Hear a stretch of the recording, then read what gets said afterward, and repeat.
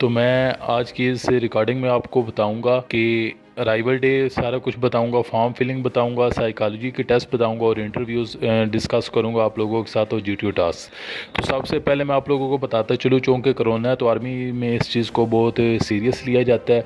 तो उन्होंने सबसे पहले हमें वेटिंग एरिया में बिठाया, फिर हमें उधर यानी कि हमारे लेटर्स चेक किए गए, फिर उन्होंने हमें सैनिटाइज़र वगैरह दिए। जिनके पास थे वो तो गुड थे, जिनके पास नहीं थे उन्हें कहा कि आप लोग सैनिटाइज़र ले लें इधर से, और ग्लव्स वगैरह सारा कुछ।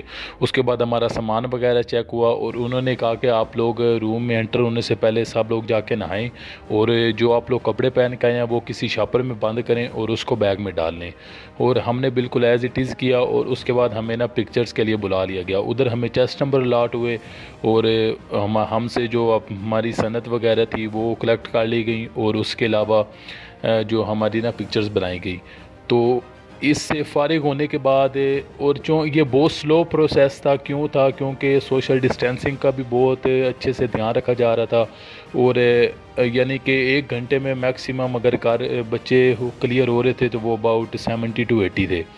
लेकिन एज़ यूज कैजुअल में देखा जाए तो 1 घंटे में सारा यानी कि पिक्चर सब की बन जाती हैं, लेकिन इस दफ़ा ऐसा कुछ नहीं था और ये बहुत स्लो प्रोसेस था। उसके बाद उन्होंने हमें कहा कि आप लोग रूम में चले जाएं। और आप लोगों को एक और बात बताता चलूँ कि हमारे लिए मस्जिद तक आउट ऑफ बाउंड थी और हम किसी और ब्लॉक में किसी दोस्त वगैरह से मिलने नहीं थे जा सकते। सिर्फ स्मोकिंग जोन जो था वो इन बाउंड था, और उसमें भी उन्होंने कहा था कि अगर एक बेंच पे एक बच्चा बैठा है तो दूसरा उसके नुक्कड़ पर बैठेगा और तीसरे बच्चे को बैठने की इजाज़त बिल्कुल नहीं होगी।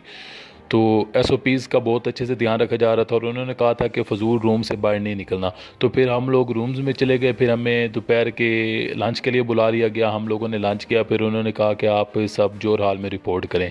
तो पहले दिन तकरीबन 2 बजे से लेकर शाम 7:30 से 8 बजे तक हमसे फॉर्म फिल करवाए गए।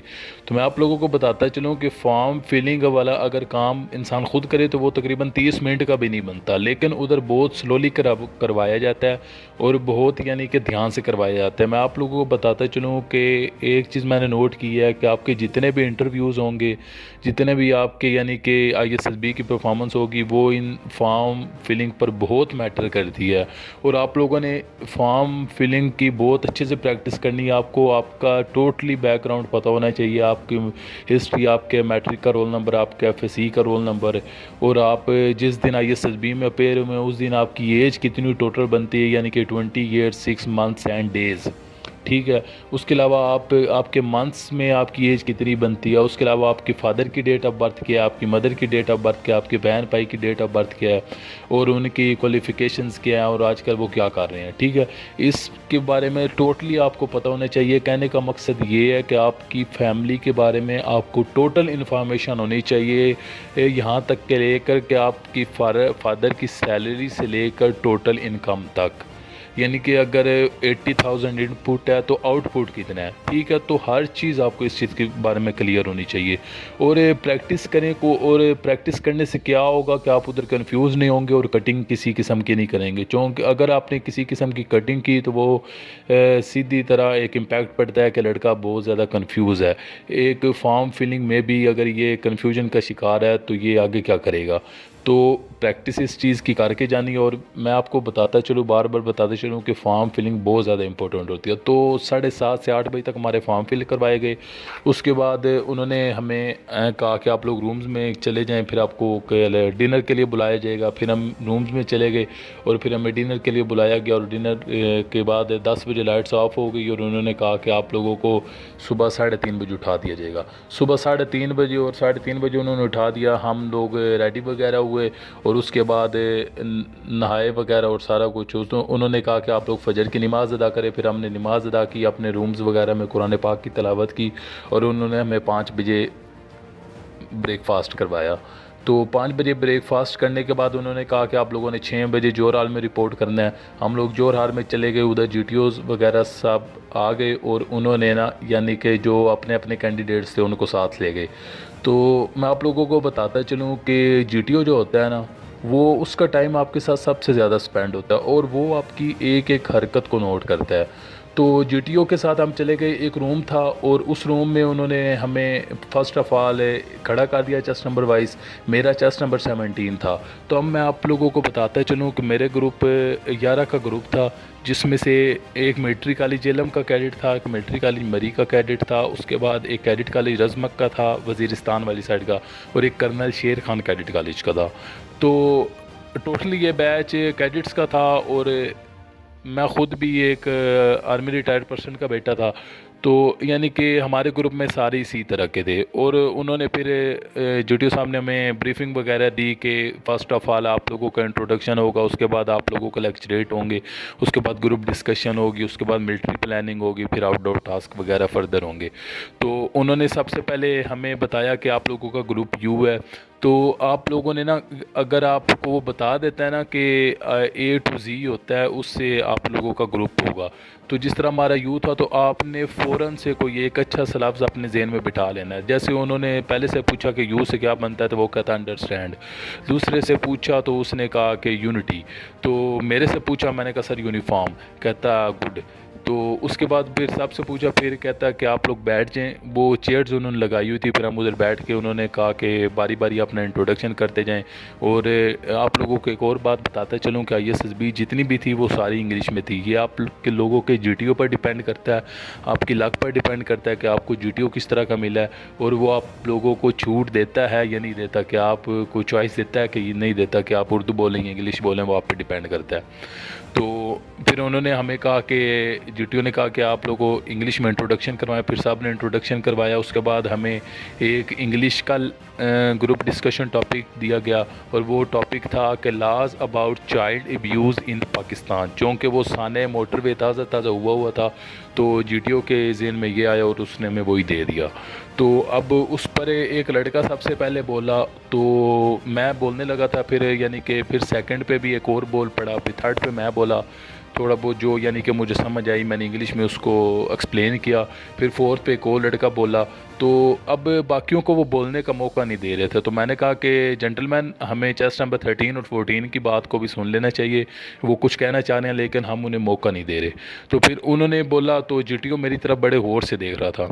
तो कहने का मकसद ये है कि यार लड़के बहुत ज़्यादा नेगेटिव भी बोल रहे थे, तो बहुत ज़्यादा पॉजिटिव भी बोल रहे थे, और बहुत ज़्यादा इररेलेवेंट भी बोल रहे थे। यार आपने थोड़ा बोलना है, लॉजिकल बोलना है। मैं तकरीबन 30 सेकंड से तकरीबन 40 सेकंड के दरमियान बोला हूँ। मैंने एक क्लियर पॉइंट दिया है और मैंने कहा कि मैंने उसको एक्सप्लेन किया कि ये इस तरह होगा तो क्लियर हो जाएगा। उसके बाद GTO ने हमें एक उर्दू का टॉपिक दिया। वो ये था कि 1971 की जो पाकिस्तान जंग हारा था, उसमें ज़िम्मेवार कौन था, फ़ौज थी या सियासतदान थे। तो उस पर भी लड़के बहुत ज़्यादा नेगेटिव बोल रहे थे। कोई तो बिल्कुल फ़ौज के ख़िलाफ़ बोल रहा था, कोई सियासतदानों के ख़िलाफ़ बोल रहा था, कोई दोनों के ख़िलाफ़ बोल रहा था। और यानी कि कहने का मकसद ये है कि पॉजिटिव और लॉजिकल कोई भी नहीं बोल रहा था।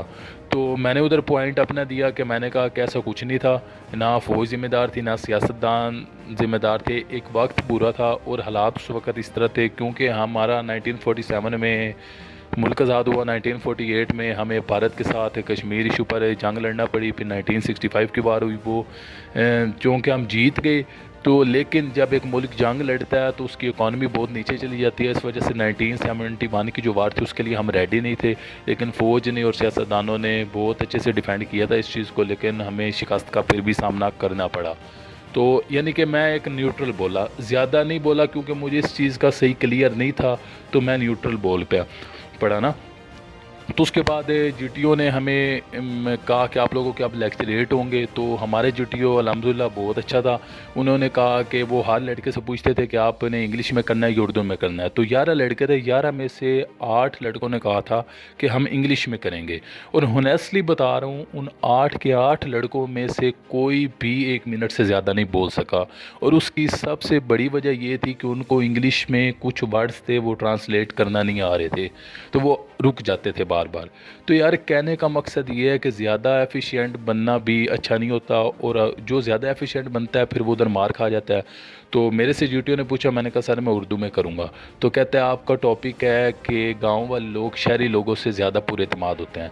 तो मैं बाहर चला गया, उन्होंने कहा आप बाहर जाएँ और इसके बारे में सोचें। फिर मैं बाहर गया, फिर मैं आया अंदर, फिर मैंने उस चीज़ को एक्सप्लेन किया और मैं इस चीज़ के बिल्कुल ख़िलाफ़ गया। मैंने कहा ऐसा कुछ नहीं है कि शहरी लोग जो होते हैं वो गाँव के लोग से ज़्यादा पुरएतमाद होते हैं। उसकी रीज़न ये है कि शहरी लोग ज़्यादा एजुकेटेड होते हैं और गाँव के लोग कम एजुकेटेड होते हैं। चूँकि एक एजुकेटेड पर्सन का, और ये एक नॉर्मल सी बात है कि एजुकेटेड पर्सन का जो कॉन्फिडेंस लेवल होता है वो एक जाहिल पर्सन से बहुत ज़्यादा हाई होता है।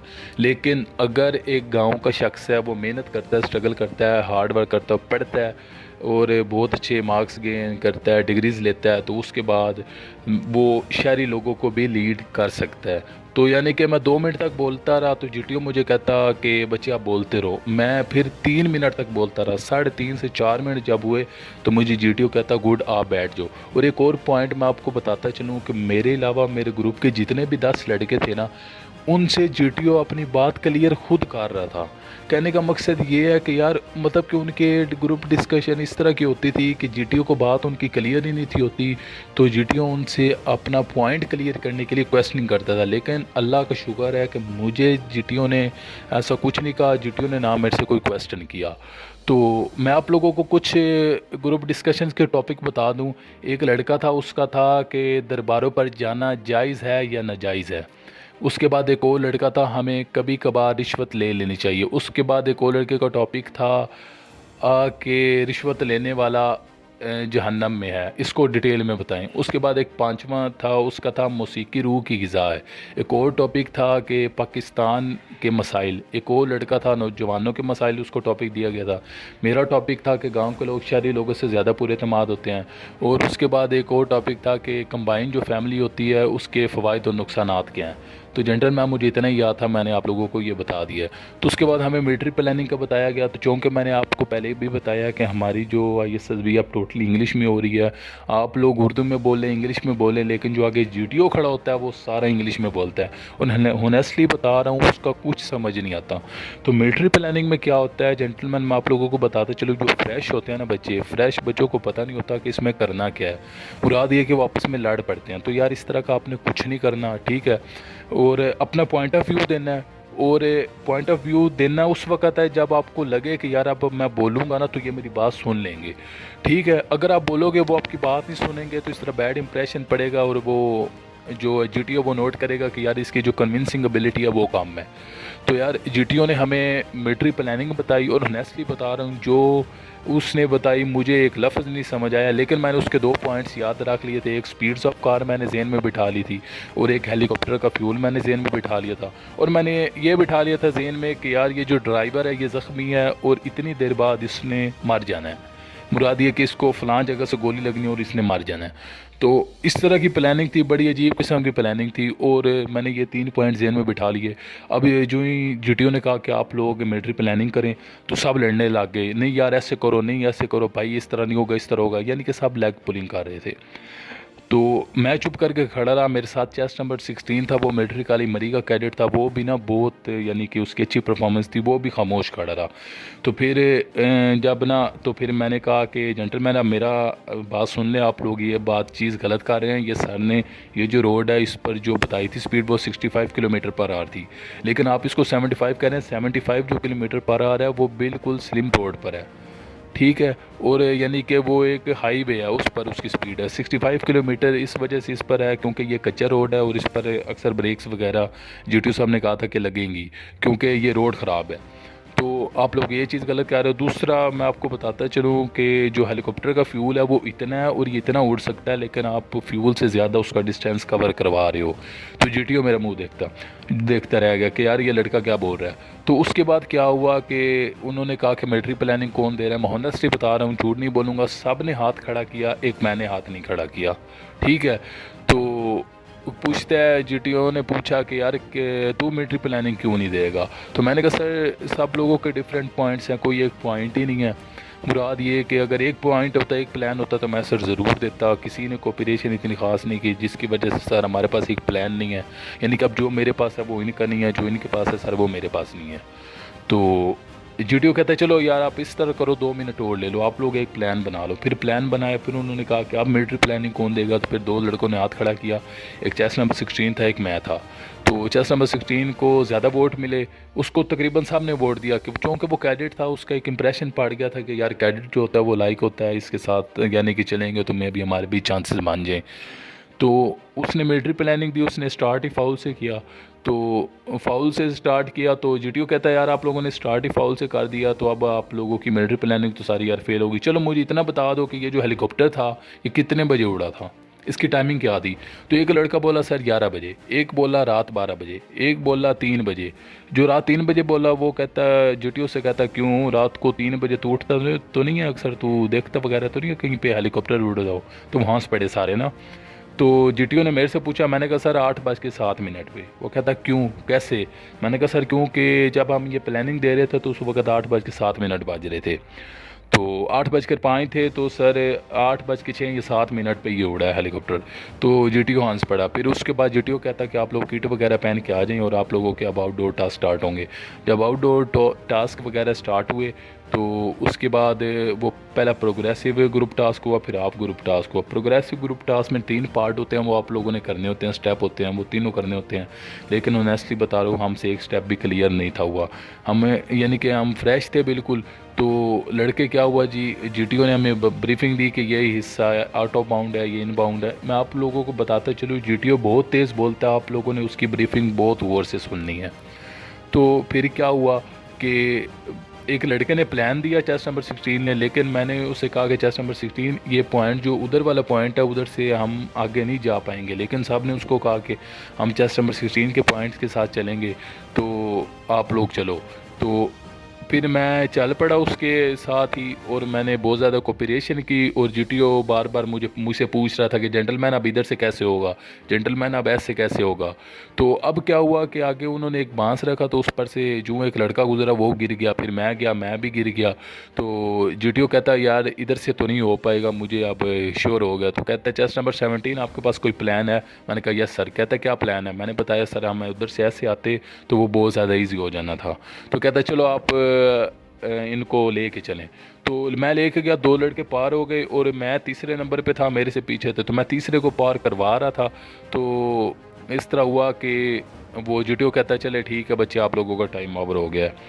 तो उसके बाद हाफ ग्रुप टास्क हुआ। हाफ ग्रुप टास्क में जीटीओ ने ब्रीफिंग ऐसी दी, हमें कुछ समझ नहीं आया, बस मुझे ये पता था कि ये थ्रोइंग अलाउड है और जंपिंग नॉट अलाउड है। तो जीटीओ कहता है आप लोगों चले अपना प्लान बना लें, आप लोगों के पास 2 मिनट है। ठीक है यार, कोरोना की वजह से ना सब कुछ बिगड़ा पड़ा था, यानी कि बहुत तेज़ी से काम हो रहे थे। यानी कि जिधर 8 मिनट दिए जाते थे उधर 4 मिनट दिए जा रहे थे, 4 भी बल्कि नहीं थे दिए जा रहे। तो उसने हमें 2 मिनट के लिए कहा। जब 1 मिनट गुजर जीटीओ कहता हाँ जी आप लोगों का प्लान क्या है। तो एक वो जो मेरे साथ 2 लड़के थे, तो उनसे उसने पूछा कि प्लान क्या। उन्होंने बताया कि सारा इस तरह होगा।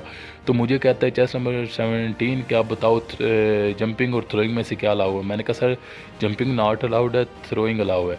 तो कहता है यार आप लोगों को तो इधर से जंपिंग होगी, आप लोग तो ये कर ही नहीं पाओगे। मैंने कहा सर कोशिश तो कर सकते हैं। कहते चले ठीक है, कोशिश करने की क्या ज़रूरत है, आप लोग अपने रूम्स में चले जाए। हम लोग फिर रूम्स में चले गए। फिर उसके बाद हमें साइकोलॉजी टेस्ट के लिए बुला लिया गया। अब साइकोलॉजी टेस्ट में यार आप लोगों को बताता चलूँ कि आपके सबसे पहले सेंटेंस कंप्लीशन होंगे, फिर उसके बाद आपके वर्ड एसोसिएट टेस्ट होंगे, उसके बाद आपकी पिक्चर स्टोरीज होंगी, फिर पॉइंटर स्टोरीज होंगी, फिर उसके बाद ओपीआई टेस्ट होगा, पर्सनैलिटी टेस्ट होता है। तो मैं आप लोगों को बता दूं सेंटेंस कंप्लीशन में 2 सेट होते हैं, इंग्लिश के 2 सेट होते हैं, उर्दू के 26-26 के सेंटेंसेस होते हैं और 6 मिनट में करने होते हैं। एक जो सेट होता है कंप्लीट वो 26 सेंटेंसेस पर मुश्तमिल होता है, और उसमें से आप लोग मैक्सिमम करो यार 19-20 तो करने ही मस्ट है ना। आप लोग हो सके तो भाई 25 करो, 24 करो, लेकिन ठीक है जो करने हैं ना लॉजिकल करने हैं, ठीक है। और पॉजिटिव सेंटेंसेस बनाने हैं। तो जिस तरह मैं आप लोगों को एक एग्जांपल देता हूँ। तो आप लोग जिस तरह का होता है कि मैं आप लोगों को सेंटेंस बताता हूँ, जिस तरह पाकिस्तानी लड़कियाँ, तो कुछ लड़के बना देते हैं कि खूबसूरत होती हैं। तो यार इस तरह का कुछ नहीं बताना। आप लोग बताओ कि पाकिस्तानी लड़कियाँ मेहनती होने के साथ साथ ज़हीन भी हैं या ज़िम्मेदार भी हैं। पाकिस्तानी लड़कियाँ अपने वालिदैन का एहतराम करती हैं। पाकिस्तानी लड़कियाँ दिन ब दिन लड़कों के साथ यानी कि लड़कों के शाना बशाना चल रही हैं, ठीक है। पाकिस्तानी लड़कियां लड़कों के मुकाबले में बराबरी पर आ रही हैं, ठीक है। मतलब कि इस तरह के सेंटेंस ही बनाने हैं जिसमें क्वालिटीज़ शो हों, ठीक है।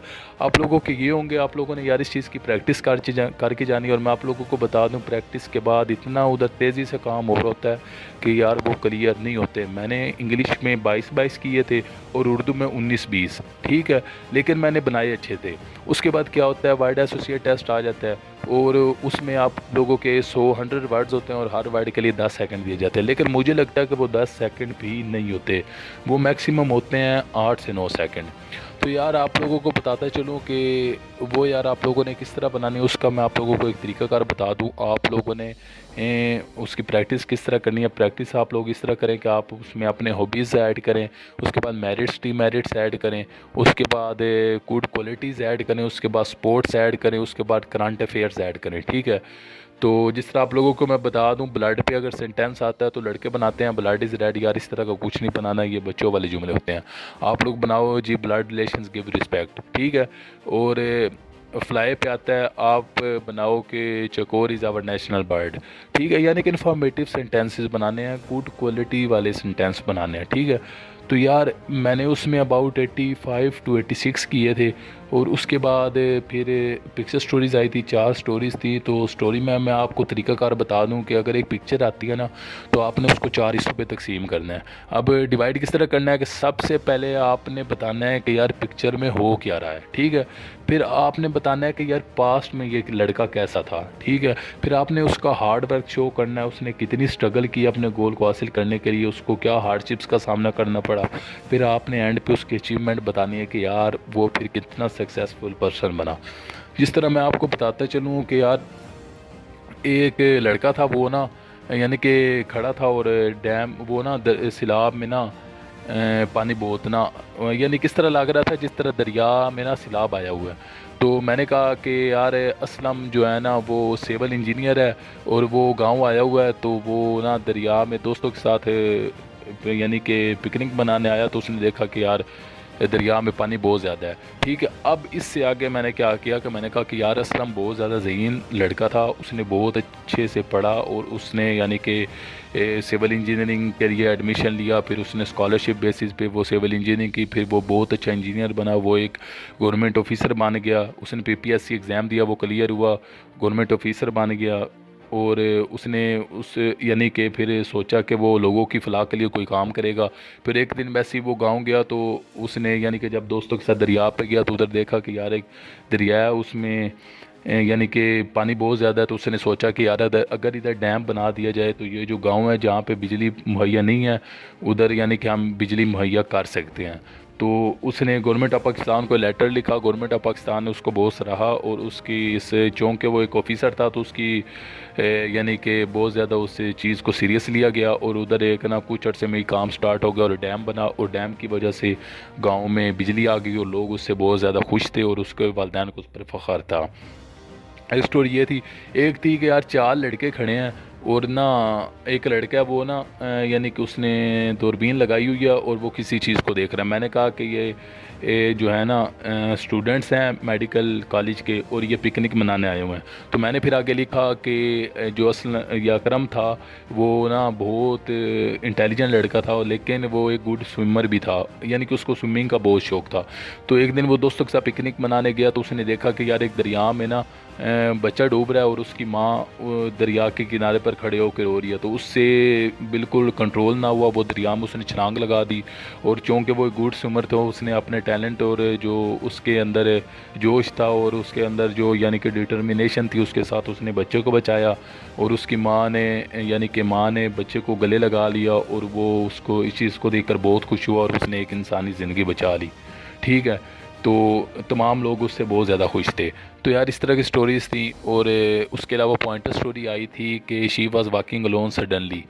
तो दूसरी थी कि हर लाइफ वाज ग्लोरियस टिल, ठीक है। तो मैं आप लोगों को बताते चलूँ, पहले स्टोरी में आप लोगों को डिस्कस कर देता हूँ कि she was walking alone suddenly. तो इस पर लड़के बनाते हैं कि यार सडनली शी सा टेररिस्ट, ये वो, इस तरह का फजूल नहीं बनानी स्टोरी यार, कोई अथेंटिकल बनाओ, कोई रिज़ल्ट वाली बनाओ स्टोरी, क्रिएटिव बनाओ। तो मैंने इस पर बनाई थी कि she was walking alone, suddenly she received a call from hospital, it was an emergency case. फिर मैंने बनाया Kalina was a doctor in GHQ hospital. और उसके बाद one day she was going to her home, suddenly she received a call and it was emergency case. She called her brother picked her and dropped her into the hospital. She reached and checked the patient and this was a delivery case. She operated the patient well. She saved 2 lives.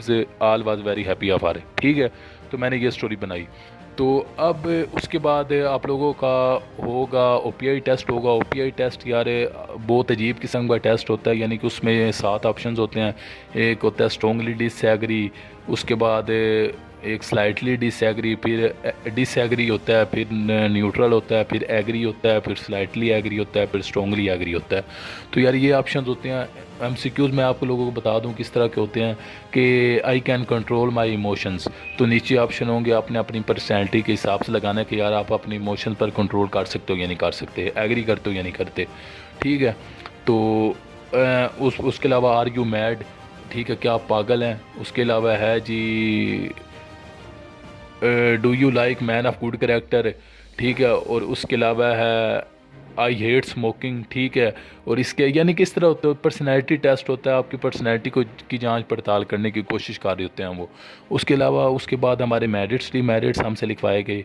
Merit demerit direct नहीं लिखवाते, वो कहते हैं कि आपकी friends की आपके बारे में क्या राय है और आपके दुश्मन आपके बारे में क्या सोचते हैं, और आपके दुश्मन आपके बारे में क्या सोचते हैं। तो यार फजूल किस्म के नहीं बनाने लड़के डीमेरिट्स बनाते हैं जी। मैं खाना कम खाता हूँ, मैं रात को देर से सोता हूँ, मैं बाइक तेज़ चलाता हूँ, मैं नमाज टाइम पर नहीं पढ़ता।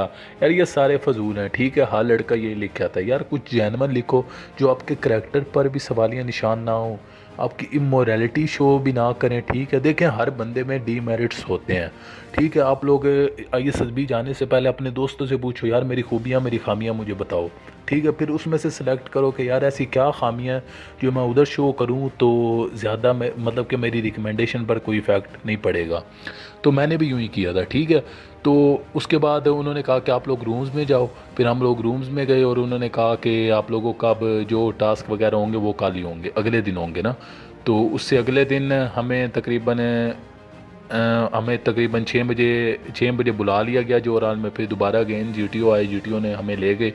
GTO ने फिर हमसे ऑब्स्टिकल वगैरह करवाए और उसके अलावा फिर कमांड टास्क हुए। तो मैं आप लोगों को ऑब्स्टिकल्स का बताते चलूँ, 2 मिनट होते हैं, 9 ऑब्स्टिकल्स होते हैं। लेकिन यार अगर मैं आप लोगों को बता दूँ कि अगर आपने रनिंग की हुई है ना और पुशअप्स लगाए हुए हैं तो होनेस्टली बता रहा हूँ आप 12, 13, 14, 15, 16 तक भी कर सकते हैं, ठीक है। मेरे ग्रुप का एक लड़का था, वैसे तो वो नॉट रिकमेंड हुआ था, लेकिन उसने 16 ऑब्स्टिकल्स किए थे और GTO हैरान रह गया था, ठीक है। मैंने यार खुद 8 किए थे, ठीक है। और उसमें से एक मेरा फाउल काउंट हो गया था, तो वैसे मैंने 7 किए, ठीक है। और लेकिन यार मैं बता दूं मैंने किसी किस्म की कोई प्रैक्टिस नहीं की, कोई कुछ नहीं किया। घर में प्रिपरेशन की थी ISSB की, और उसके अलावा रनिंग करता था, थोड़ी बहुत पुशअप वगैरह लगाता था। यार मैं आपको बता दूं कि यार डरना नहीं है, ठीक है। मंकी ब्रिज पे लड़का एक चढ़ा हुआ था, वो उसके हाथ कांप रहे थे, टांगे कांप रही थी। तो यार ये सीन नहीं करना, ठीक है। आपने कर गुजरना है, आंखें बंद करके यार कर गुजरना। आपने कहना है कि यार जो आज है बस वही है, मरता हूँ जीतता हूँ मैंने करना है, ठीक है। और उसके बाद ऑब्स्टेकल्स हुए। और मैं आपको बताता चलूँ, मैं मंकी ब्रिज से गिरा था नीचे, और मंकी ब्रिज से गिरा था और मेरी कमर आके नीचे लगी थी रेत पर, और वो काफ़ी ऊंचा था। तो जब मैं नीचे गिरा तो मैंने GTO की तरफ देखा ही नहीं। एक दफ़ा GTO चौंक गया कि यार लड़के को कुछ हो तो नहीं किया। मैं दस्ती उठा और मैंने मंकी ब्रिज अगेन किया। तो जब मैं जा रहा था GTO कहता है यार तुझे दर्द वगैरह नहीं हुई। मैंने कहा सर छोटी छोटी बातों पे तो मैं फील ही नहीं करता कि कुछ हुआ या नहीं हुआ। तो फिर उसके बाद उसने हमें कहा कि आप लोगों के कमांड टास्क होंगे। कमांड टास्क से पहले वो आप लोगों का एक इंटरव्यू लेता है, ठीक है।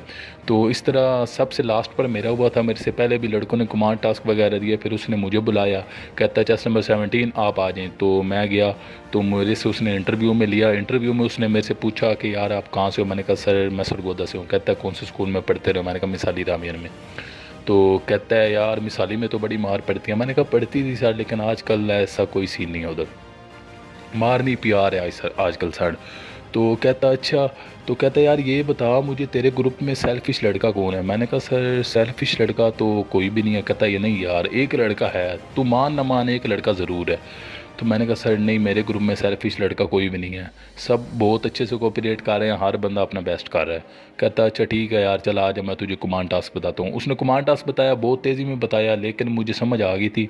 ठीक है तो वो फिर मैंने कहता अपने ग्रुप को बुलाओ, मैंने ग्रुप को बुलाया। मैंने फिर कहा कि जेंटलमैन मेरा मुझे आप लोगों का लीडर बनाया गया और हमारा ये कमांड टास्क है और हम लोग इंशाल्लाह कोशिश करेंगे और ये हमारा टास्क ज़रूर मुकम्मल होगा। मैंने फिर उनको बताया कि प्लान किस तरह है, ये प्लान है और अगर आप लोगों के पास इससे बेहतर कोई प्लान होगा या किसी के पास कोई पॉइंट होगा तो वो ज़रूर मेंशन करें। ठीक है हम उस पर भी इम्प्लीमेंट करेंगे अगर वो ज़्यादा बेहतर हुआ तो। फिर प्लान किया और जब हाफ पहुँचे थे तो उसने कहा ठीक है जेंटलमैन आप लोगों का टाइम ओवर हो गया, ठीक है तो अब आप लोग आ जाएं। फिर उसके बाद फुल ग्रुप टास्क हुआ, उसमें टोटली यानी कि इंग्लिश बोलनी होती है और उसने हमें बताया कि जीटीओ ने बताया प्लान ये आप लोगों का और किसी को कोई समझ नहीं है। जीटीओ कहता आप सब के लिए जगह सारी इनबाउंड है। सब भाग पड़े, मैं और चेस्ट नंबर 16 थे वो उधर ही खड़े थे। तो हम लोगों ने क्या किया, चेस्ट नंबर 16 ने एक फट्टा उठा लिया, एक फट्टा मैंने उठा लिया, एक टायर चेस्ट नंबर 16 ने उठा लिया, एक मैंने उठा लिया। तो हम लोग वो लेके जा रहे थे तो जीटीओ हंस पड़ा। जीटीओ कहता है ठीक है जेंटलमैन मुझे आप लोगों की हार्ड वर्किंग नज़र आ गई है, अब आप लोग को ये सामान वापस रख दें जहाँ स्टार्टिंग पॉइंट पर। उसके बाद सेल्फ़ असेसमेंट हुई। सेल्फ़ असेसमेंट पे मैंने चेस्ट नंबर 16 को फर्स्ट पे रखा था, खुद को सेकंड पे रखा था और इसी तरह मैंने ना जो यानी कि हुनसी बता रहा हूँ जो मैंने फ़ील किया ना किया ये लड़के को इस इतने नंबर पे रखना चाहिए, मैंने ऐसा ही किया था। ठीक है लड़के क्या होते हैं आप लोगों के रूम में आएंगे, आप लोगों को कहेंगे यार आप मुझे फर्स्ट पे रखना मैं आपको रखूँगा, यार इस तरह का कुछ नहीं करना। इंटरव्यू में भी आपसे वो पूछेगा और आपसे वो पूछ सकता है कि यार बताओ उसे क्यों किया है, अगर आपने उसको लास्ट पे रखा है तो क्यों रखा है, ऐसा क्या खामी है उसमें। और अगर ये आपको आपने इसको सेकंड पे रखा है तो इसको क्यों रखा, अगर इसको फर्स्ट पे रखा है तो क्यों रखा है। तो यार जो करना है ईमानदारी से करना है। ठीक अगर उन्होंने आप पर एक रिस्पॉन्सिबिलिटी लगाई है ना तो आपको चाहिए कि आप उस चीज़ को होनेस्टली करो। ठीक है तो जेंटलमैन ये मेरा जीटीओ का था और मैंने आप लोगों को टेस्ट वगैरह बता दिए। अब इंशाल्लाह जो सेकंड रिकॉर्डिंग होगी उसमें मैं आप लोगों के साथ साइकोलॉजिस्ट का इंटरव्यू शेयर करूंगा। वो अबाउट मेरा 7 से 8 मिनट का हुआ था, 2 फीमेल साइक थी और 1 मेल साइक था, 3 टोटल बंदे थे। ठीक है और डिप्टी का इंटरव्यू मेरा अबाउट 35 टू 40 मिनट्स हुआ था। उसने बहुत ज़्यादा कंडीशन भी डाली थी और बहुत ज़्यादा इरीटेट किया था। तो वो अगले इंशाल्लाह मैं ना आप लोगों को बताऊंगा कि साइकोलॉजी टेस्ट की बेसिस पे इंटरव्यू मेरा किस तरह का हुआ। तो इंशाल्लाह मिलते हैं अगली रिकॉर्डिंग में। अल्लाह हाफिज़।